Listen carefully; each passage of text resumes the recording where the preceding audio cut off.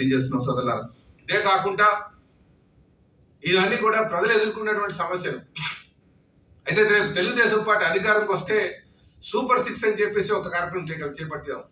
Super 6లో ఏదైతే యువగలం ద్వారా యువగలం అనే మహాశక్తి ద్వారా ముందుగా ఉచిత బస్సు ప్రయాణం, అలాగే 3 సిలిండర్లు సంవత్సరానికి ఇవ్వడం, ఏదైతే మేము అమ్మకు వందనం అని చెప్పేసి 15,000 చెప్పిన చదువుకున్నటువంటి పిల్లలకి, అలాగే 18 సంవత్సరాలు నిండినటువంటి ఆడపిల్లలకి నెలకి 1,500 చెప్పిన మహాశక్తి ద్వారా ఇవ్వాలనే ఇదొక పథకం మేము మినీ మేనిఫెస్టోలో పెట్టడం జరిగింది. దీని మీద కూడా ప్రజలకు అవగాహన కల్పించాలని చెప్పేసి ఈ రా కదలరా అనే ప్రోగ్రామ్ కూడా తీసుకుంటామని చెప్పి తెలియజేస్తున్నాం. ఇదే కాకుండా యువగలం ద్వారా సుమారు 70 లక్షల మందికి ఉద్యోగ అవకాశాలు కల్పించాలి.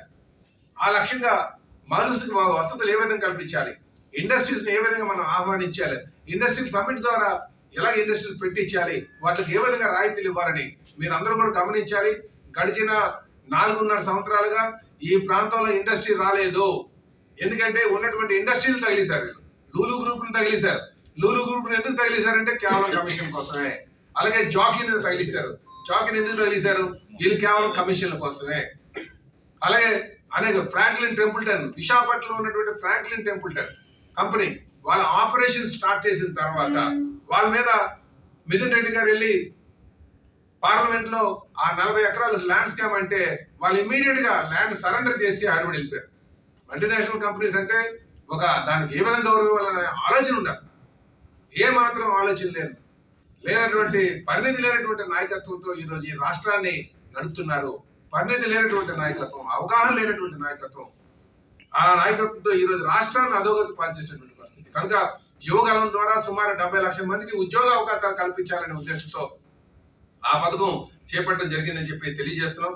అలాగే అన్నదాత అనే పథకం ద్వారా రైతులకు 20,000 రూపాయలు వాళ్ళ అకౌంట్ లో వేయాలని ఇదొక పథకాన్ని కూడా చేపట్టడం జరిగిందని చెప్పి తెలియజేస్తూ, అలాగే ఇంటింటికి స్వచ్ఛమైన నీరు ఇవ్వాలని, ట్యాప్ కనెక్షన్ ఇవ్వాలని, వీలుంటే దాన్ని బట్టి భవిష్యత్తులో అది ఫ్రీగా మార్చాలని కూడా ఆలోచనతో ఇది ఇంటింటికి నీరు అని చెప్పేసి కార్యక్రమం కూడా చేపట్టడం జరిగిందని చెప్పి తెలియజేస్తున్నాం.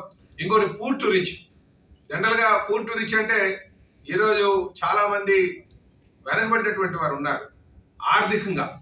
ఆర్థికంగా వెనకబడినటువంటి వారికి ఏ విధంగా వాళ్ళకి ఒక స్థాయికి తీసుకురావాలి, ఏ పథకాల ద్వారా వాళ్ళకి ముందుకు వాళ్ళ ఆర్థిక పరిస్థితి పెంచాలి, వాళ్ళ జీవన ప్రమాణాలు పెంచాలని ఒక ఆలోచనతో పూర్తి రీచ్ అనే కార్యక్రమం కూడా చేపట్టడం జరుగుతుంది అని చెప్పి ఈ సూపర్ 6 లో ఇదొక ప్రోగ్రాం పెట్టామని చెప్పి తెలియజేస్తున్నాం. చివరగా బీసీ రక్షణ చట్టం ఈరోజు మీరు ఒకసారి గమనించాలి. బీసీ మహిళ తరహాలోనే బీసీ మహిళలకి బీసీ రక్షణ చట్టం ఒకటి తీసుకురావడం కూడా ఇందులో శ్రీకారం చుట్టడం జరిగిందని చెప్పి మీకు తెలియజేస్తున్నాం సోదరులారా. ఇది కూడా రేపు రా కదలరా అనే కార్యక్రమంలో ఈ సూపర్ 6 కోసం కూడా ప్రజలకు చైతన్యం చేయాలని ఈ కార్యక్రమం కూడా తీసుకుందామని చెప్పి తెలియజేస్తుంది సోదరులారా. ఇదే కాకుండా జైహో బీసీ ద్వారా కూడా జగన్మోహన్ రెడ్డి గారు చేసినటువంటి అన్యాయాన్ని తెలియజేయాలని ఒక ఆలోచనకు వచ్చాం. అన్యాయం ఏ విధంగా అంటే సుప్రీంకోర్టులో మరి 34% రిజర్వేషన్ బీసీలకు ఇవ్వాలి వాళ్ళ కోటా ప్రకారంగా అని ఆ రోజు కేసు వేస్తే దాంట్లో వీళ్ళు బీసీ కార్పొరేషన్ ద్వారా గణాంకాలు సబ్మిట్ చేశారు. అంటే ఎంత దుర్మార్గం. దానివల్ల ఏమైందంటే ఆ కేసు పోయి 24% వచ్చింది. అసలు సుప్రీంకోర్టులో ఏమని ఇచ్చిందంటే బీసీ కార్పొరేషన్ ద్వారా కాదు, మీరు గణాంకాలు బీసీ కమిషన్ ద్వారా ఇవ్వాలి. బీసీ కమిషన్ ద్వారా ఈ ప్రభుత్వం ఆ గణాంకాలు ఇవ్వలేదు కనుకనే ఆ 34% కాస్త 24% వచ్చింది. ఆ 24% వల్ల ఏమైందంటే ఈరోజు రాజ్యాంగబద్ధంగా రావాల్సినటువంటి ఈ రాజకీయ పదవులు ఏవైతే ఉన్నాయో వాటిలో సుమారు 16,000 మంది కోల్పోయారు. అటు సర్పంచ్లు కావచ్చు, ఎంపీటీసీలు కావచ్చు, జెడ్పీటీసీలు కావచ్చు, అలాగే లేకపోతే ఈ మున్సిపల్ కౌన్సిల్ కావచ్చు, కార్పొరేషన్ కావచ్చు, భవిష్యత్తులో ఎమ్మెల్యే సీట్లు కూడా కావచ్చు. కనుక ఒకవైపు నా బీసీలు నా ఎస్సీలు అని చెప్పి వాళ్ళు నట్టేట ముంచుతున్నటువంటిది ఈ రాష్ట్రాన్ని దుర్మార్గంగా దోచుకున్నటువంటి పార్టీ వైసీపీ పార్టీ, అందులో జగన్మోహన్ రెడ్డి గారు అని చెప్పి సందర్భంగా తెలియజేస్తున్నాం. దాంట్లో మీకు 10వ తారీఖునే బొబ్బిలి మన ప్రాంతానికి వచ్చేసరికి బొబ్బిలి ఉందన్నమాట. ఈ స్కెడ్యూల్ కూడా మీకు రిలీజ్ చేస్తాను. టోటల్ పార్లమెంట్ స్కెడ్యూల్ కూడా రిలీజ్ చేస్తాం. నిన్నటి వరకు ఒకటి స్టార్ట్ అయింది, మిగతావి మన ప్రాంతాల్లో ఉన్నాయన్నమాట. అందుకనే ఈరోజు నేను భువనేశ్వరి గారు ప్రోగ్రామ్ వల్ల మేము పెట్టలేకపోతాం, మీకు మొత్తం స్కెడ్యూల్ అది పెడతాను. నమస్కారం. అన్ని కూడా వీళ్ళు ఆ కేటాయింపులు లేకపోవడం వల్ల బీసీలకు చాలా అన్యాయం జరిగింది.